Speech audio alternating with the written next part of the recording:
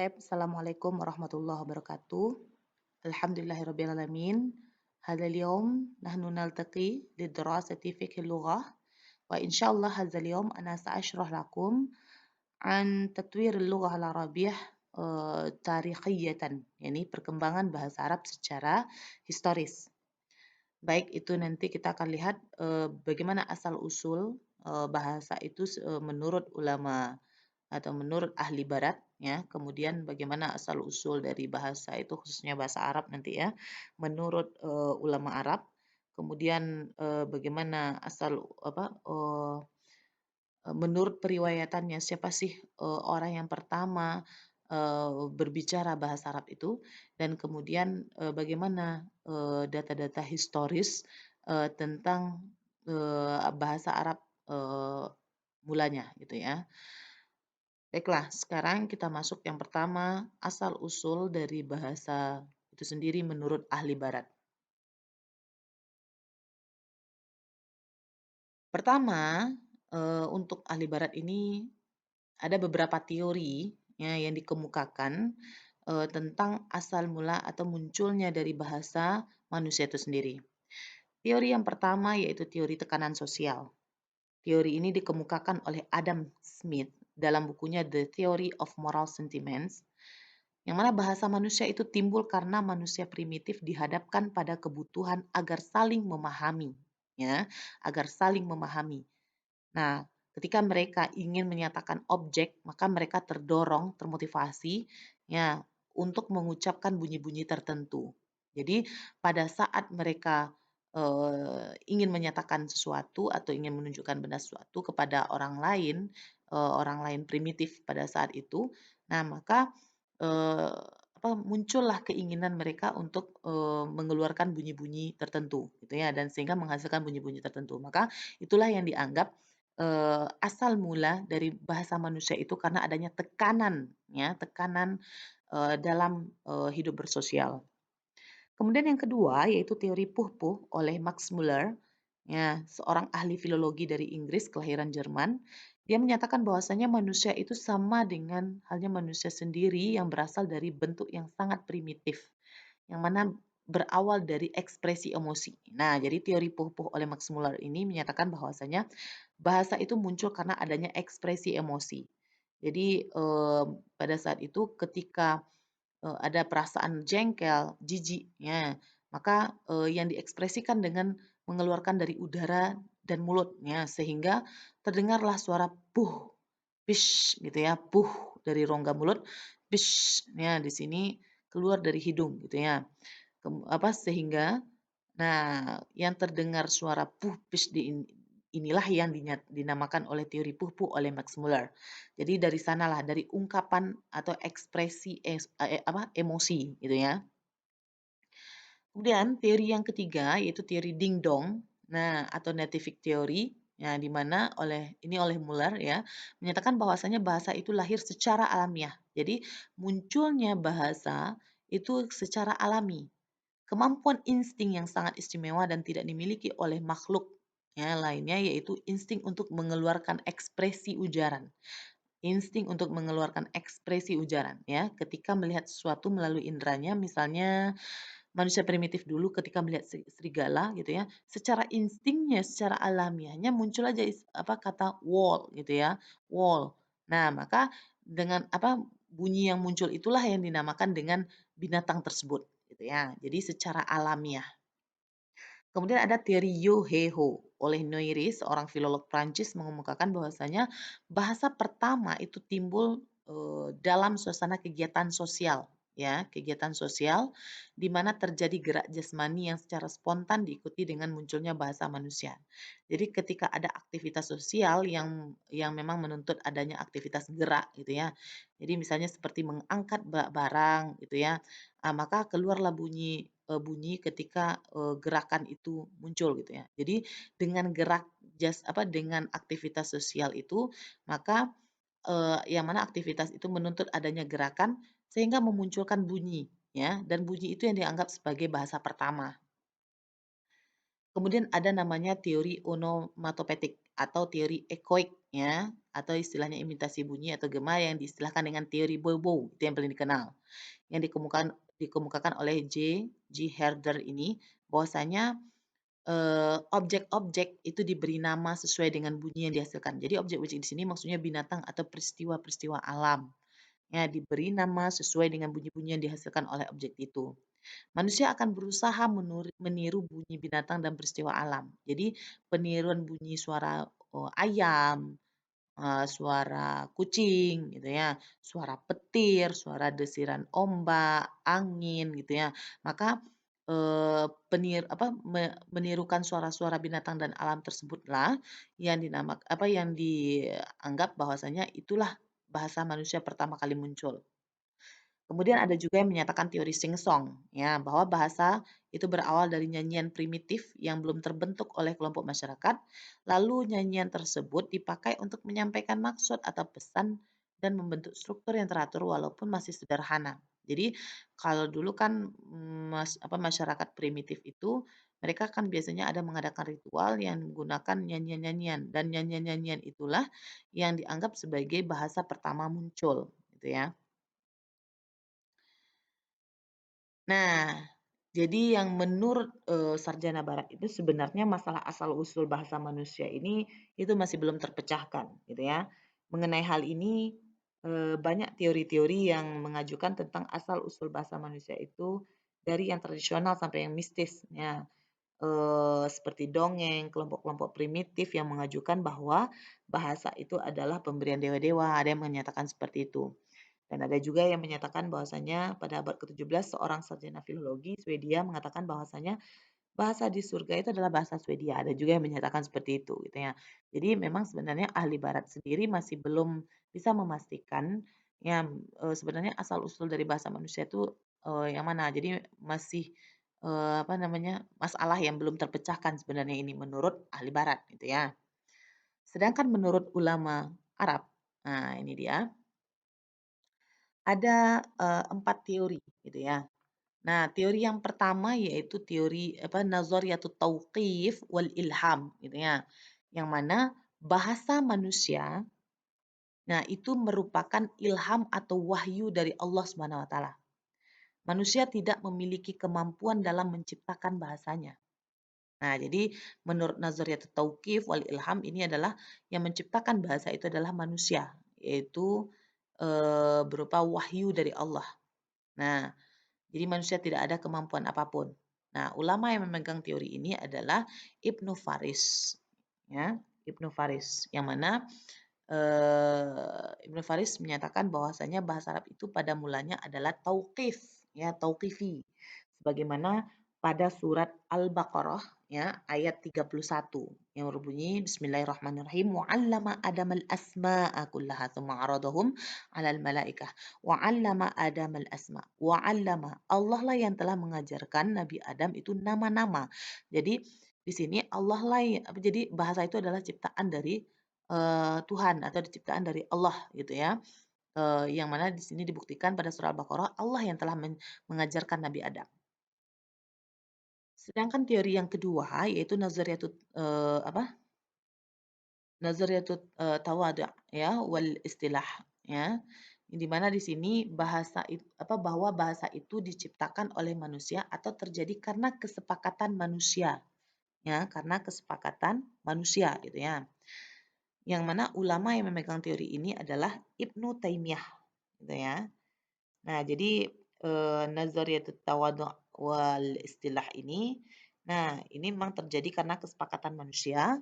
Kemudian setelah itu mereka baru bisa mengungkapkan ini dan itu dengan kosakata yang disepakati oleh mereka. Nah, jadi bahasa itu menurut pendapat ini adalah diciptakan oleh manusia.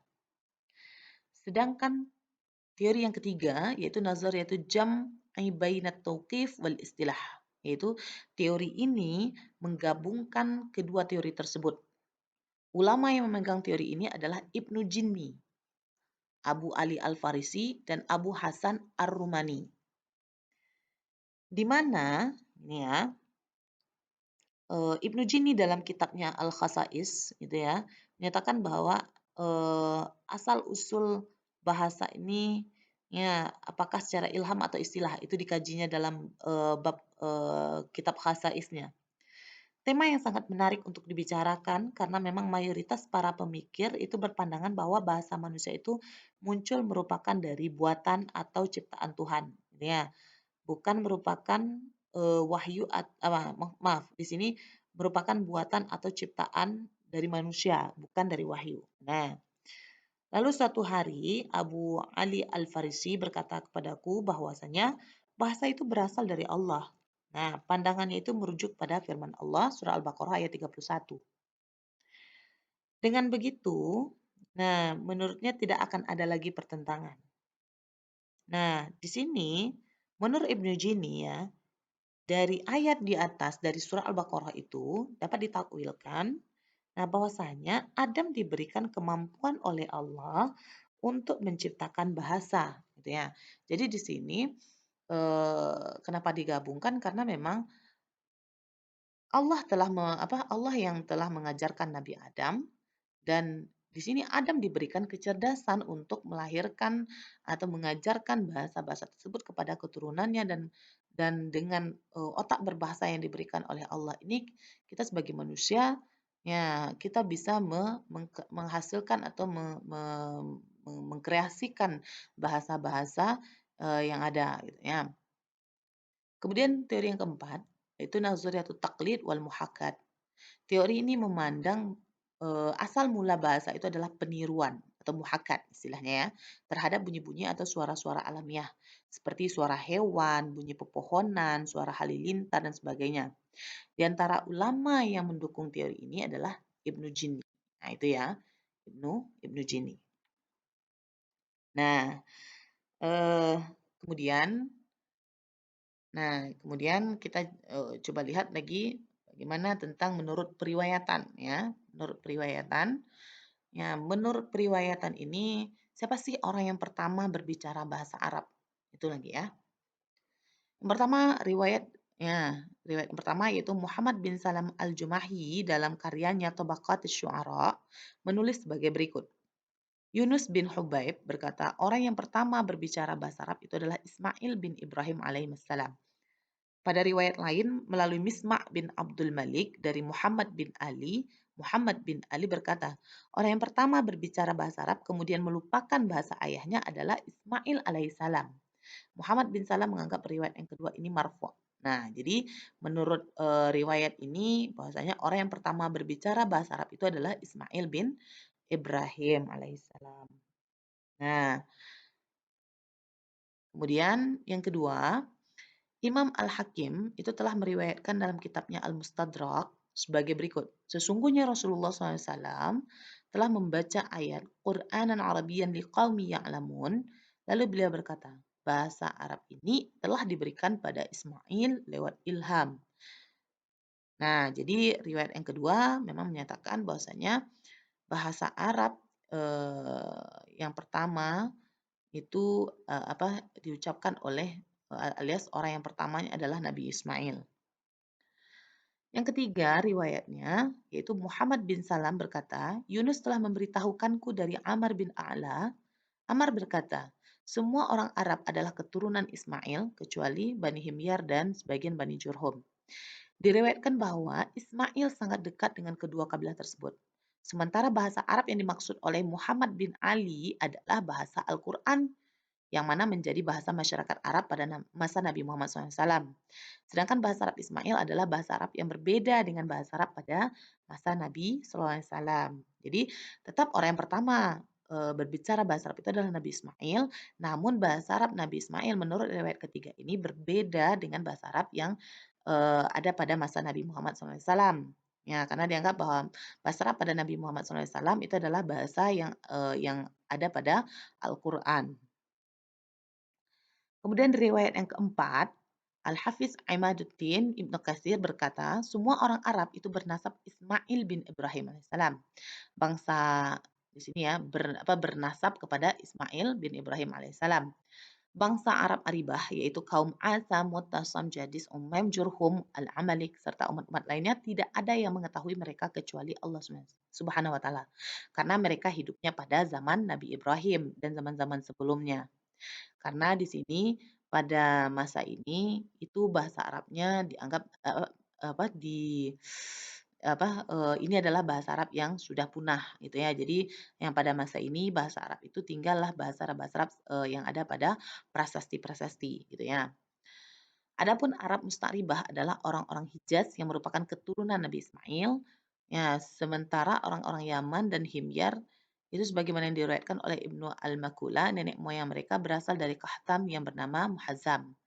Nah, jadi memang di sini juga dinyatakan bahwasanya orang yang pertama dalam berbicara bahasa Arab itu adalah Nabi Ismail alaihissalam gitu ya, karena semua orang Arab itu dia bernasab ya, bernasabkan berketurunan kepada Nabi Ismail alaihissalam. Kemudian riwayat yang berikutnya adalah Al-Shirazi berkata, ada suatu riwayat dari Muhammad bin Ali bin Al-Husain yang ia terima dari nenek moyangnya. Nah, riwayat tersebut adalah sebagai berikut. Orang yang pertama berbicara dengan bahasa Arab yang baku itu adalah Ismail alaihissalam, yang mana ketika itu ia berusia 14 tahun. Nah, jadi, dalam, hal ini, dari 5 riwayat yang dikemukakan bahwasanya, sepakat ya, sebenarnya para ulama menyatakan, bahwasanya orang yang pertama berbicara, bahasa Arab itu adalah Nabi Ismail. Walaupun dari beberapa riwayat yang dikemukakan tadi ada yang menyatakan bahwasanya bahasa Arab yang sampai kepada kita atau bahasa Arab Nabi Muhammad SAW itu berbeda dengan bahasa Arab Nabi Ismail. Tapi kan tetap pada masa Nabi Ismail itu, dengan menggunakan bahasa bahasa Arab. Nah, jadi, mengenai masalah asal-usul bahasa Arab sepertinya tidak berbeda ya, seperti teori yang mengungkapkan asal-usul bahasa secara umum. Jadi kebanyakan teori asal-usul bahasa manusia menurut yang Mario Pei itu yang pertama tadi ya menurut, ahli barat tadi, itu, apa namanya, didasarkan pada mitos bukan kepada data historis gitu ya.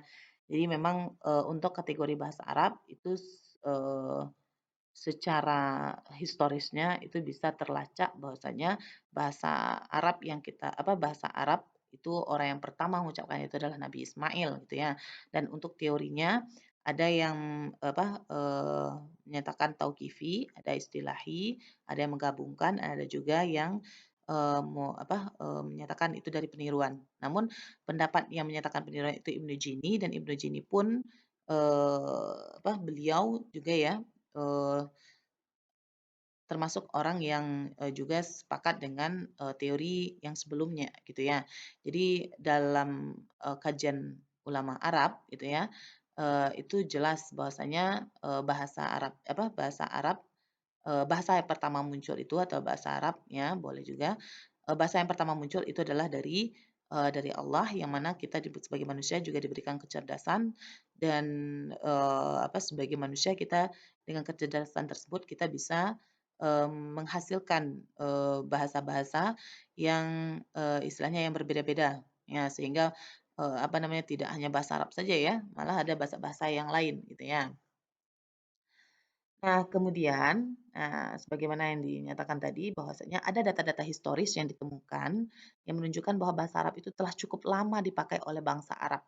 Ya, seperti, bahasa Arab yang berada pada masa Nabi Ibrahim itu ya, yang bahasa Arab, pada masa yang keturunan atau yang bernasabkan kepada Arab Aribah itu ya, salah satunya.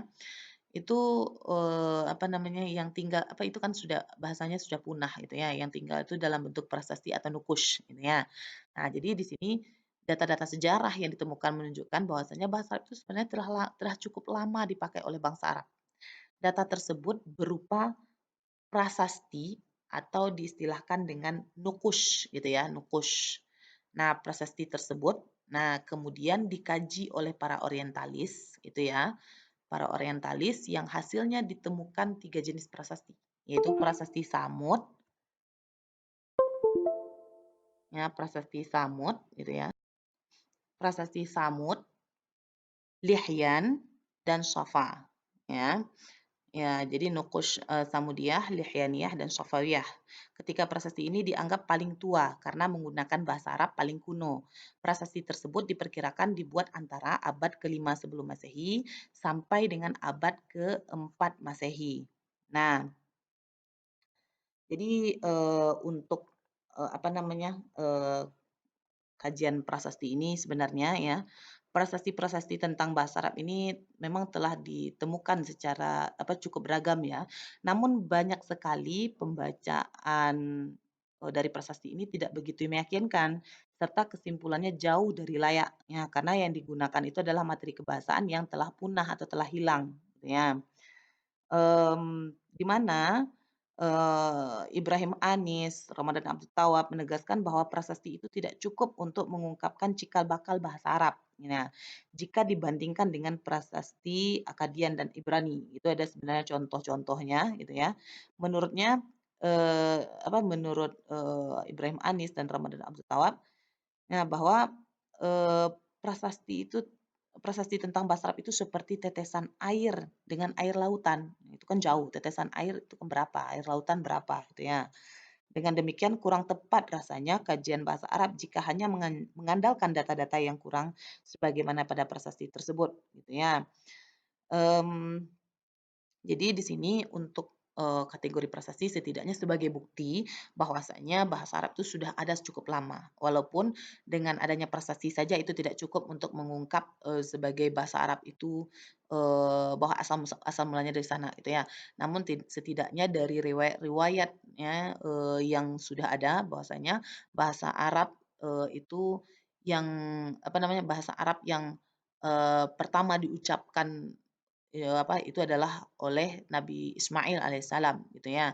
Dan apalagi yang istilahnya yang sampai kepada kita itu sebagai buktinya jelas, yaitu, dari Nabi Muhammad SAW dengan, buktinya adalah Al-Qur'anul Karim ya dengan yang dianggap sebagai bahasa Arab yang pada Al-Qur'an itu adalah uslub tertinggi gitu ya dan bahasa Arabnya sebagai bahasa Arab fusha yang digunakan oleh orang-orang Arab sampai sekarang gitu ya. Baik, mudah-mudahan kajian ini, bermanfaat bagi antum ya, syukran jazilan ala ihtimamikum. Akhirul kalam, assalamualaikum warahmatullahi wabarakatuh.